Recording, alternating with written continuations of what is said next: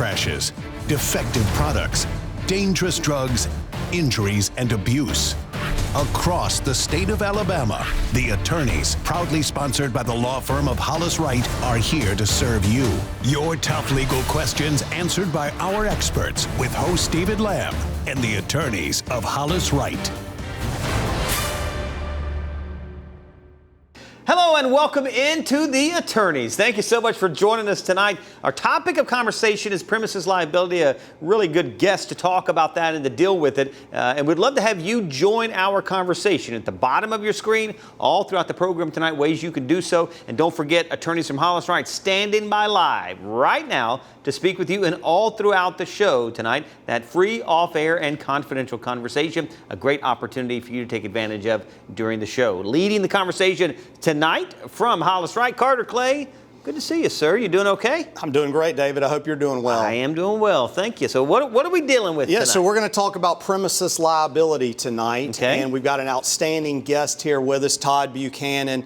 He's an attorney with probably most of the viewers have heard the name Alexander Shunnarah before. Somewhat familiar, yes. Very common name in the legal industry these days. And Todd's been practicing with Alex for quite some time now, and Alex has been a great friend of mine personally and a good friend to our firm, and I know it's just been a great experience for Todd to be working over there with Alexander Shunnarah. And David, I will have to say this about Todd, though, before he went to work for Alex's firm. And when you represent personal injury victims, we tend to refer to the other side, the side that defends those cases, as the dark side. Right. And so Todd had the privilege of working on the dark side for some period of time, but then he saw the light. And came on over. And he came over to the good side, and he's been working over at Alex's office for quite some time now. But Todd, thank you so much for being here with us tonight. Yep. Tell us a little bit about your background, how long you've been practicing law, and kind of what you do in your law practice at Alex's office.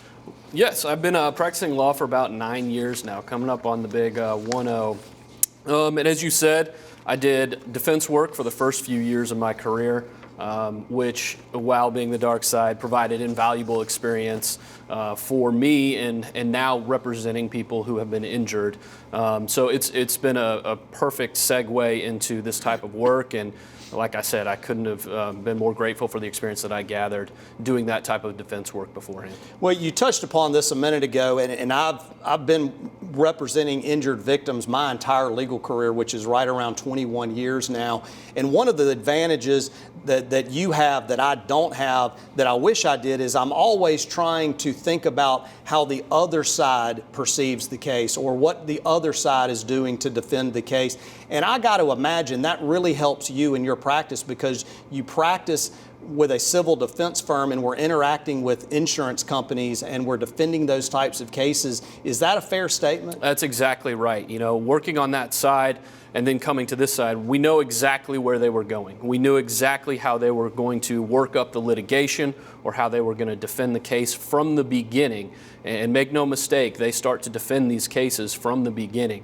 And with that experience and knowing where they were going to go with that, we can make the necessary moves to either help our clients or just be prepared for what is to come. And most importantly, overall, it probably gives you a great perspective on ultimately what they're willing to probably pay to resolve or settle your case. Exactly. The valuation of these types of claims, seeing it from the underwriting side or from the defense side of things is very valuable as well. Well, let's launch into the topic. We're talking tonight about premises liability. So sort of 30,000-foot view, what type of cases are we talking about when we talk about premises liability cases? Yeah, premises liability is one of those areas of law that seems very simple on the surface, but you can make it really as complicated as you want to get. But like you said, from a 30,000-foot view, essentially what premises liability is when somebody has been injured on someone else's property.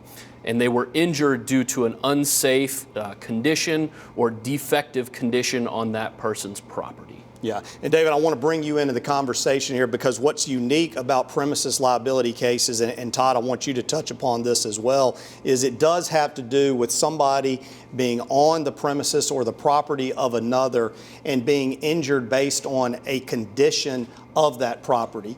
And what's important is that I kind of look at it from this way to simplify it.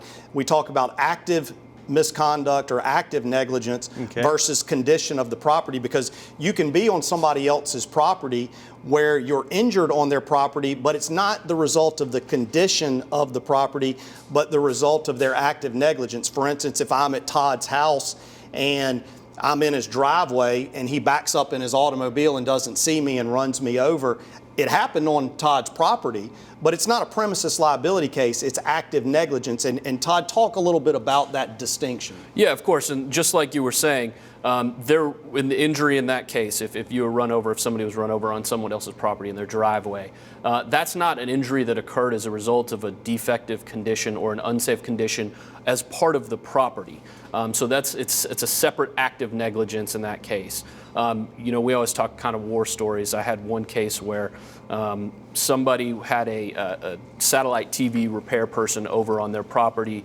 An argument ensued, and somebody was pistol whipped on the property. Now, that's not a premises liability case. That is an active negligence case. Yeah, and why does that distinction matter? So if we're talking about somebody who's on somebody else's property and they truly are injured as a result of the condition of the property, that takes us in one direction as opposed to the active negligence direction. So let's talk about being injured on somebody else's property based on the condition. How does that law framework set up? Well, under the law, they're completely different scenarios, and as a result, there are different factors that you have to prove, and there are different defenses that occur or that can arise out of those injuries that occur as a result of a defect on a property. Let me ask you about, in premises liability cases, they're affected by a person's status on the property. So explain that. What is that talking about? Yeah, so this is where we're going to get into the mud a little bit. This is where it gets a little bit more complicated. Under the law for premises liability, the law looks at the injured party in 3 different categories. So basically, what you have to determine first is what type of category you fall into as an injured person, and it depends on the circumstances. So there's invitees, licensees, and trespassers, and each one of those categories is a little bit different in how you have to approach that sort of a claim. And like you said, status is everything. In order to determine your status, or once you've determined your status, you then can understand what type of duty was owed to you by the property owner. So an invitee, you were literally invited onto property? Yeah, so typically an invitee is going to be somebody that's going to somebody else's property for their benefit. You go to a retail store, go to the Summit, or go to a mall to go shopping. You're going to be an invitee in those types of situations. A licensee is going to be more like a social guest. I come over to your house for dinner or some type of party or something along those lines. And then trespasser, I think most people know what that is, but it's somebody who's illegally on somebody else's property. And like Todd mentioned, the classification of the individual dictates the duty or responsibility that they have to them not to set it up to where they're injured. Right. All right, time for us to step aside. Our first break of the evening. As we do so, I want to remind you about social media and how Hollis Wright does such a great job with it. So just search for them, search the term Hollis Wright, look for them on Instagram, Facebook, Twitter, everywhere. Everywhere you are, they are. You'll find it there. Stay tuned. More of The Attorneys coming right up.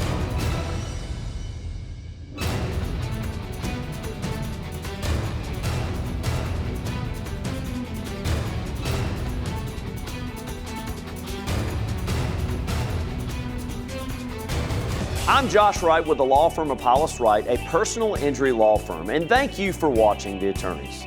We hope you, a friend, or a loved one never needs legal counsel for a case. But if you do, the goal of the show is simple: to provide answers and legal counsel when you need it the most. Your call to the show is free and off air. So if you have questions specific to the show or related to other accident or injury topics, call, email, or text us. You can also follow us on Facebook, Twitter, Instagram, and YouTube, or go to hollis-wright.com and click on the Contact Us button. We know your time is valuable, so thank you for spending it with us and watching The Attorneys. The Attorneys, proudly sponsored by the law firm of Hollis Wright, are here to serve you.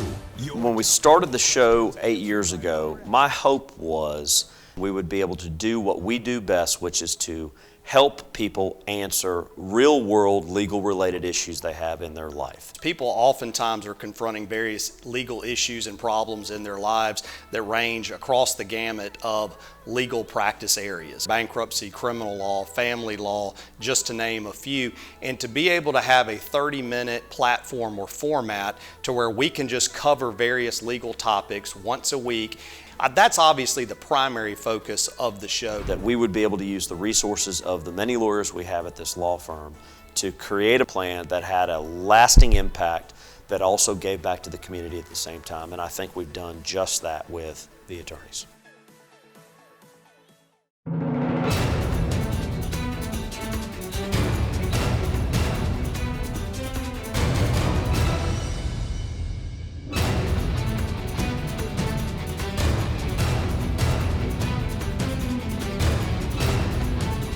Welcome back in to the attorneys. Appreciate you being with us tonight. Don't forget the opportunity to speak with an attorney from Hollis Wright is yours for the taking. All you got to do to get in touch with them, just the number there you see on your screen, and they're available all throughout the show tonight. So take advantage of that. Carter? Yeah, Todd, when we took the break, we were talking about the different types or classifications of individuals who are on other people's properties, and you mentioned invitees, licensees, and trespassers. Can you kind of generally characterize for the viewers sort of the different levels of duties depending upon how that individual is classified? Sure, and I'll take it from the highest duty owed by a property owner, and that would be that invitee. That would be someone who comes on to the property owner for their financial gain, or if, for instance, like a Publix or Walmart, a supermarket or a store, the property owners there owe an invitee the highest duty of care, and they must maintain their premises or property and keep it in a reasonably safe manner to not injure anyone. Yeah, and with respect to an invitee, what are some of the common examples or cases that you see or have seen over the years that you've handled? So the most common that we see is the typical grocery store, slippery substance on the floor, slip and fall with an injury. Less common, but ones that I've spent a lot of time on, or slip and falls or trip and falls in gas station parking lots, where the concrete in the gas station has eroded or become dilapidated, and somebody will trip over some concrete and then cause injury to themselves as well. Yeah, and so I've seen in my practice, not only in situations where you've got customers that are on the property of a business who are injured, but there are oftentimes situations where you've got a worker. Say there's a worker that goes into a store to provide some type of service at that particular place. We've seen fall incidents through roofs or off the side of buildings and those types of things. One of the cases that I handled many years ago that I think is kind of a classic example is a worker got called to somebody's residence to come and work, and it was during the fall when all the leaves were down in their yard, and the individual homeowner had done a bunch of work, and he had a bunch of 4x4s that were in his backyard, but underneath a bunch of fallen leaves, and they had nails protruding from the bottom of it. And a guy walks back there to perform the work that he was there hired to do, and he steps on a leaf, goes down, goes through a nail, up through his foot, all the way through it, had to spend, it wasn't a significant or catastrophic injury, but he did have to go to the hospital and get a fair amount of medical treatment for it. But that to me is kind of a classic example of somebody going onto the premises of another and getting hurt when they have that invitee status. Sure. And then there's, the licensee too, that's that middle status. Yeah.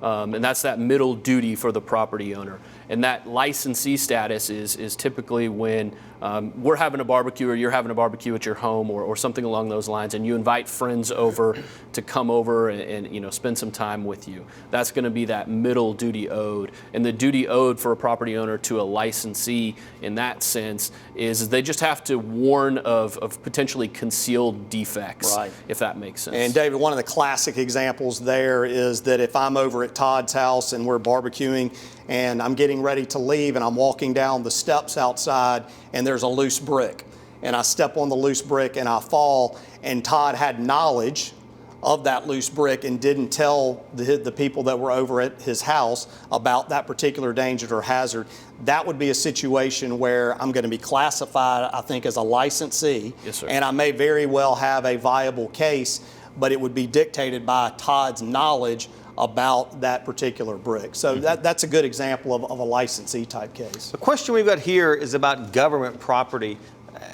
Same rules apply, or is it a little different, governmental property?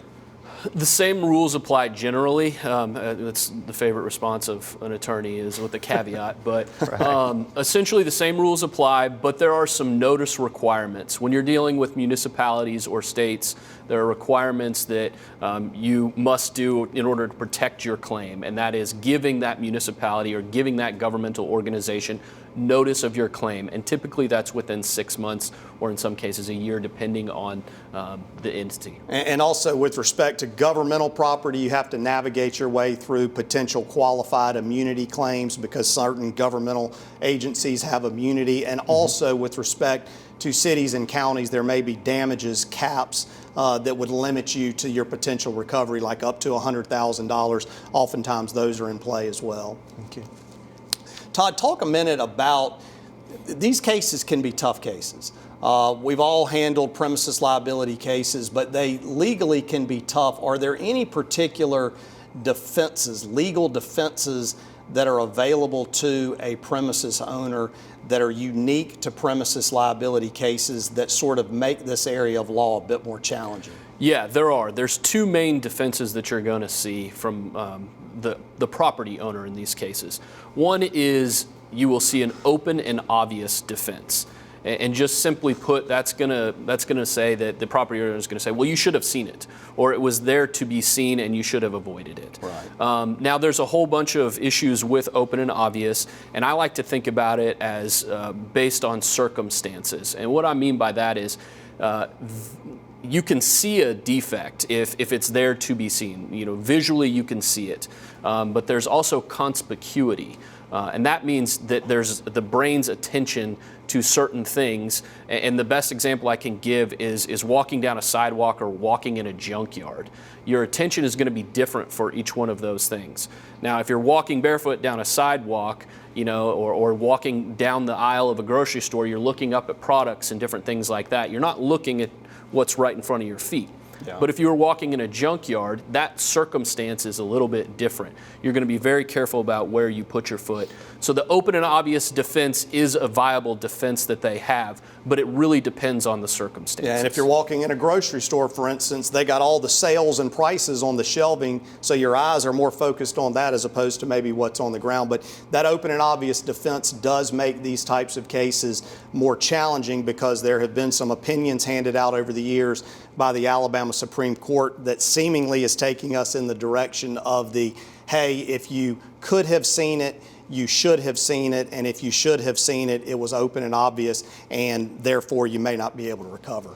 We have to step aside. Our final break of the evening. So as we do so, reminding you, you get just a few minutes now to get in touch with us if you want to join our conversation tonight. Our final break of the show is right now. Stay tuned. We're coming right back.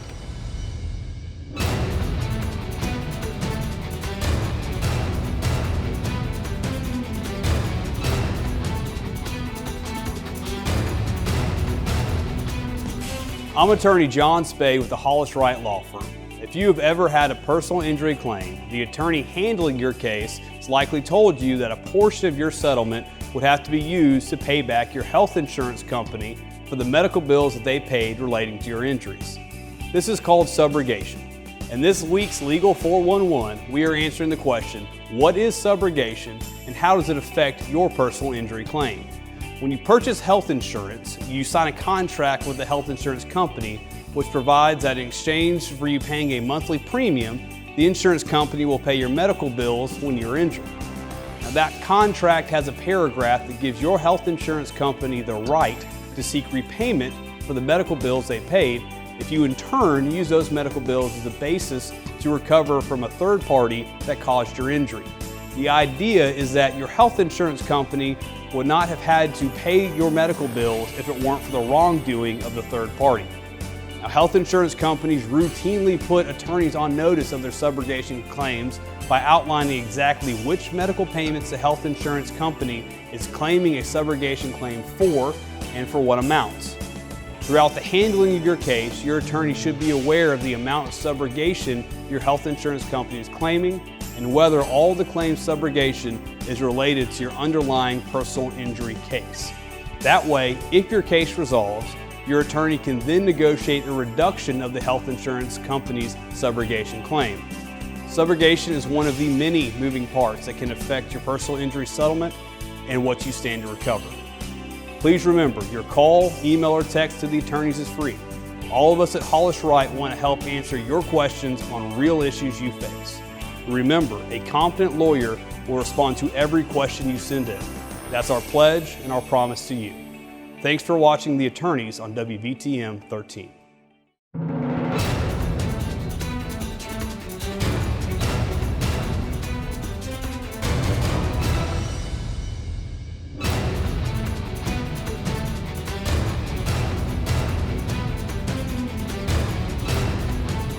Welcome back into The Attorneys. This is our final segment, about 7 minutes remaining. If you want to take advantage of the opportunity to speak with the attorneys from Hollis Wright, who are standing by live. Back to our conversation. I got a question here. You were talking about leased property. Can the tenant of an apartment building be liable for an injury? Yes, in a very general sense, yes. Okay. I think the question we're trying to get to is whether or not the owner of the property is the dispositive or is the ultimate issue for you of who's liable.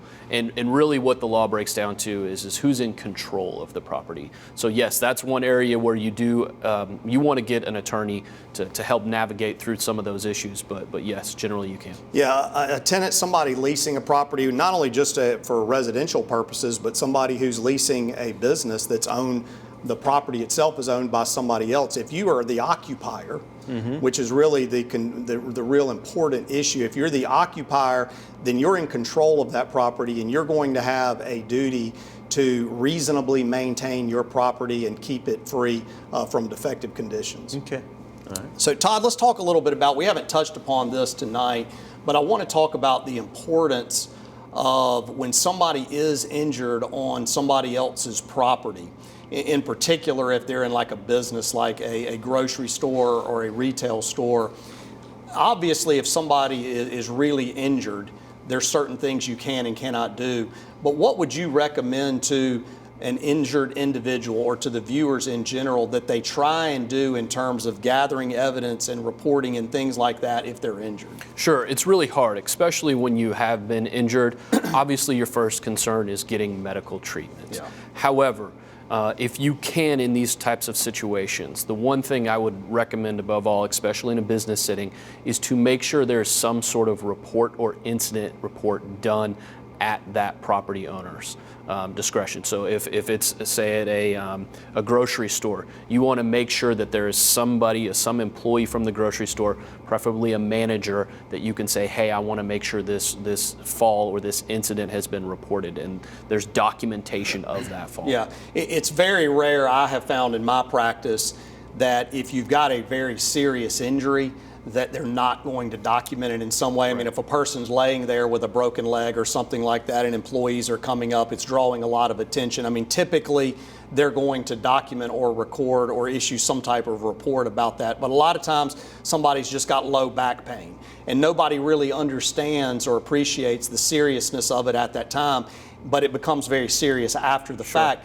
If there's no report, there's no recording of it, it can make the lawyer's job very difficult, and ultimately it can lead to negatively impacting the plaintiff's case. And I don't know if you've had this experience, but I've had numerous situations before where somebody says they were injured by a condition of the property, but we have no photographs of that condition. Is that something that you've experienced before? That's exactly right. Number two thing you can do to help yourself is take pictures of the unsafe or defective condition so that can be documented for the file. Yeah, and I would also say if you are with a family member or a friend and they're injured and you're there with them, I know that your focus and attention is going to be on helping take care of them, but if there is some defective condition, some spill or liquid on the ground, or maybe there's something protruding from a shelf that caused them to trip, just pull your phone out and take a few photographs of it, because I'm telling you that evidence will prove invaluable down the stretch to helping your friend successfully recover. Yes, absolutely. And the main reason for that is because a lot of the defenses in these types of cases stem from how did that dangerous or defective condition arise? Where did the liquid come from? How long had it been there? And if you can get photos at the scene at the time of the incident, it, like you said, is invaluable. Yeah. Talk briefly about the timing of these types of cases, kind of from beginning to end. What can a viewer or an injured person kind of expect the general time frame to be in terms of either getting their case to trial or resolving their case? If we're talking about getting the case to trial, you're talking about probably 24 months from the time of the injury all the way through litigation and up to a jury trial. You're talking typically about 24 months. And of course, all that's been interfered with COVID-19. So everything, again, is a little bit of a caveat there. We're trying to get back on track with our jury system. But obviously, Dave, with COVID-19 and everything, jury trials over the last 9-10 months have been very few and far between. But we're trying to get back to some sense of normalcy. But Todd's absolutely right. From the time that your lawsuit is filed, generally it's going to be about 18 to 24 months before you can hope to have your case heard in front of a jury if you're not able to settle it. All right.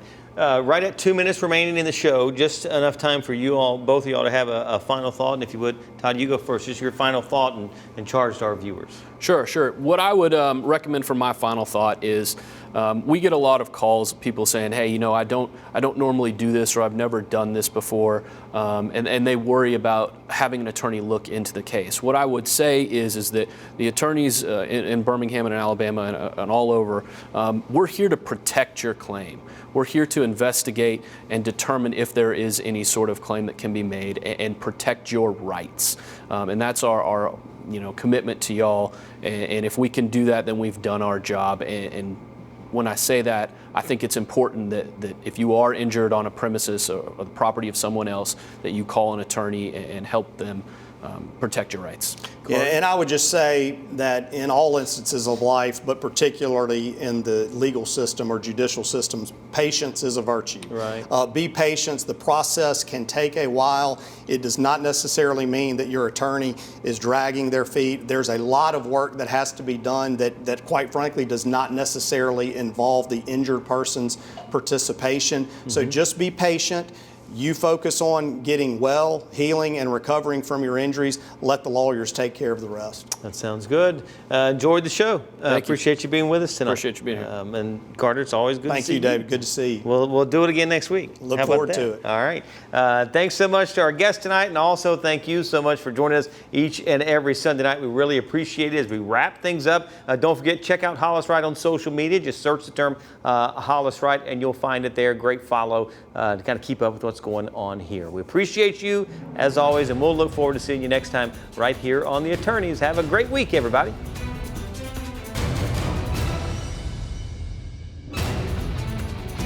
Thanks for watching The Attorneys, sponsored by Hollis Wright.